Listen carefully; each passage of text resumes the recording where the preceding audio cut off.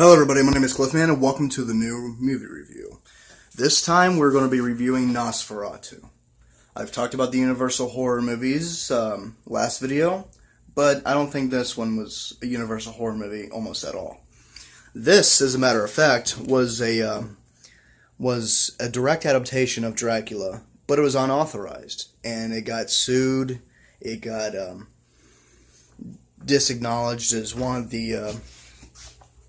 of the most disrespectful films during that time, at least to Miss Stoker, the wife of Bram Stoker after he died. But anyway, the story takes place just like Dracula with Jonathan Harker. I don't know what his adapted name is because they had to change names just to ignore the copyright thing. Didn't work very well. But whoever, I'm just going to call him Jonathan Harker. He goes and he travels up to Dracula's castle. And, you know, he's like telling people, I'm going to go up to see Dracula or Count Orlok. And everyone's like, you what? Like, the Transylvanian people are just like, no. Like, no, he's a vampire. He is, you see, dude, no, he is a fucking vampire. And, you know, in silent films, since it was silent, a lot of people didn't know, there was no sound. So people had to convey extreme emotion, you know, just because people won't get bored during the conversation. Like when you see a silent movie, you don't want to see people going pop up on screen. No, to entertain people, they were just kind of like,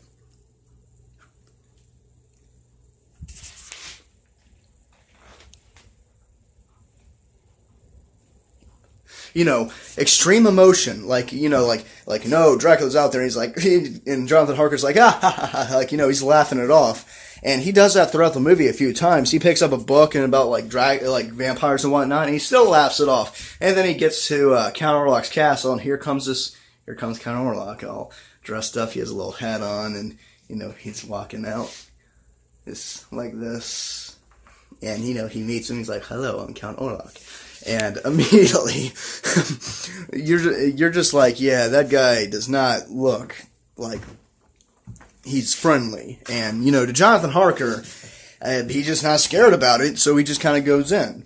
Now, that was his biggest mistake, because he was giving a residential application to a man who is probably going to destroy all of London. He needs the blood. I mean, he stays up there in that castle, I don't know how long, and you know he needs the blood. And these Transylvania people already know that he's up there, and if they don't think they're foolish enough to go up there. But I'm pretty sure Dracula himself is afraid to come down there because you know pitchforks and stakes through the heart and whatnot. So he's got to find somewhere different, somewhere where no one could expect him to be, and it has to be an abandoned house, of course. And he's told by, I don't know if it's supposed to be the same guy as, being Renfield, but, you know, he has, ratty kind of, eyebrows and stuff. He looks good in this extremely well-made makeup. This little short guy in a chair, kind of fat, I guess, and he's, made up to be, this kind of ratty, you know, kind of guy. And he does, the coolest, extreme emotion in the very beginning when he's, telling Jonathan Harker, you know, go get Dracula, and Jonathan Harker's like, okay. So he just kind of, you know, gives him a good job, boy. He's kind of does this slap, this clapping thing, this handshake kind of thing, and stuff like that's entertaining. So, before that, the people drop Jonathan Harker off, and then you just see the thing just speed away in super fast motion. And, I mean, it's in silent film, but I just kind of like to think okay, just we're gone, and they're just gone. The coolest and my favorite scene in all of Nosferatu is when Jonathan Harker accidentally cuts himself, and it looks really deep, and, you know, Count Orlok's just kind of like, what? And he goes over, and he, reaches for the thumb all subtly, and, you know, he's like, you got beautiful blood, and then he tries to do this, and then Jonathan Harker just kind of, walks back, and he's like, what the fuck, no. And then he falls into a chair. Visually, that is awesome. That is one of my favorite scenes of all time.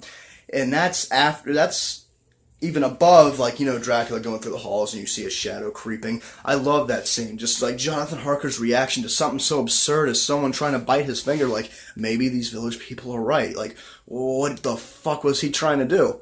And he wakes up the next day, and, you know, Dracula is, like, you know, on a boat on his way, and, you know, he's walking around on the boat all badass with his, like a German filmmaking, like, German trench coat thing, and he destroys everybody on that boat. And he eventually makes it to London, and it's up to Jonathan Harker to go and stop him from feasting on his fiancée. And they don't know that. I don't think they knew that at first. I think Jonathan had a kind of like a mind thing, like, I'll never see Dracula again. Then he finds out, and he's like, this has got to be stopped immediately. Because Nosferatu throughout the movie is just kind of like, you know, you see his hand, like his shadow of his hand going up on like the lady, and then I don't know if she was like, it was like a dream thing. I actually did forget. But he did the same thing when he was like going to Jonathan Harker's room at night. You know, he does that door thing where the door is just his size and he's just thin enough to walk through. And it's really creepy, and it's fantastic makeup, and it's fantastic filmmaking, and it's fantastic acting by Max Schreck, who played Count Orlok. That man should have gotten an Oscar. That man should have gotten an Oscar if it was around back then in 1922. Then, you know, you see a shadow like going over like Jonathan Harker as he's like crouched over, and then he just kind of subsides. Like, maybe not. He's got to be smart about this. So, and, you know, and Dracula's intelligent to begin with as a character. And, oh my. In the original book, he was really old, and, you know, unlike, I don't know if in the book he had that really big, like, you know, like, wig thing from Dracula, the 90s version, which is an awesome movie. So is Frankenstein. Why did people hate the 90s Frankenstein? I'll never know. Kenneth Brogdon was, like, amazing, man. He like, you know, he just, when he's, like, working on the machine, he's kind of, like, you know, pulling switches and shit. He's all crazy, and he's like, it's alive! It's alive! It's amazing how you can see, like, an average man turn into a maniac immediately. And, you know, Robert De Niro as the monster? Yeah. Frankenstein, the 90s version, Robert De Niro was the monster, and he did a perfect job. One of my favorite stances he does throughout the movie is like when he's in a trench coat, it's long, but he's like abnormal, like tall and like, you know, lanky, and he's just kind of like looking over, you know, something. I'm not going to tell you because it'll spoil the movie, but in the Dracula 90s version, you know, he had the big hair, and he was old, and then getting younger, and turned into Gary Oldman with these kick-ass glasses on. And then turned into a wolf, and turned into a bat, and turned into a vampire, hungry for everything else.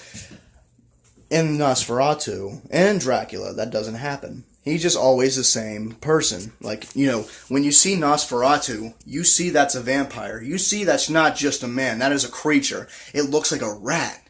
Like, it looks... Nothing's natural about Nosferatu. Nothing's natural about Count Orlok. Nothing's natural about Count Dracula, other than, you know, he looks okay. But when you see this dude walking through your streets and everything, yeah, that's a little sign. I mean, I'm not like just telling you that like for real advice, but you know, whatever. So I just basically told you the plot of the story. The film is fantastic. It is the creepiest silent movie I've ever seen in my life, and it just films so well. The German expressionism is amazing, and whoever directed it, I think it was F.W. Furnau or something, and everybody played great.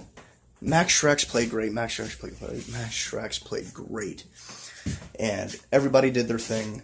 The director did his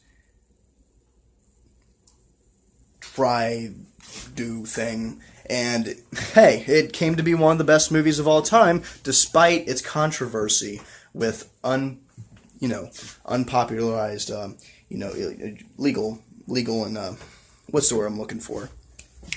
Controversial methods. Now, the film was supposed to be destroyed, but there was some left over, and it was saved, and now everybody you have it on DVD, VHS, and it's public domain now, which means you can mess with the film yourself and make your own scenes in Nosferatu and make it your version of the movie. Like, this is F.W. Murnau's Nosferatu, my version. That is just what you can do with it. You can change the color scheme, you can change how fast it is, you can add in extra scenes, which I've seen the version I seen the version the other day where it had like extra scenes. I'm like, I don't remember that at all. But it's there. 8 out of 10, 9.5 out of 10, extreme 10 out of 10. I'm going to leave it at that. Thank you all very much for watching. I try my best to do these reviews, but it is what it is. Have a very nice day, ladies and gentlemen.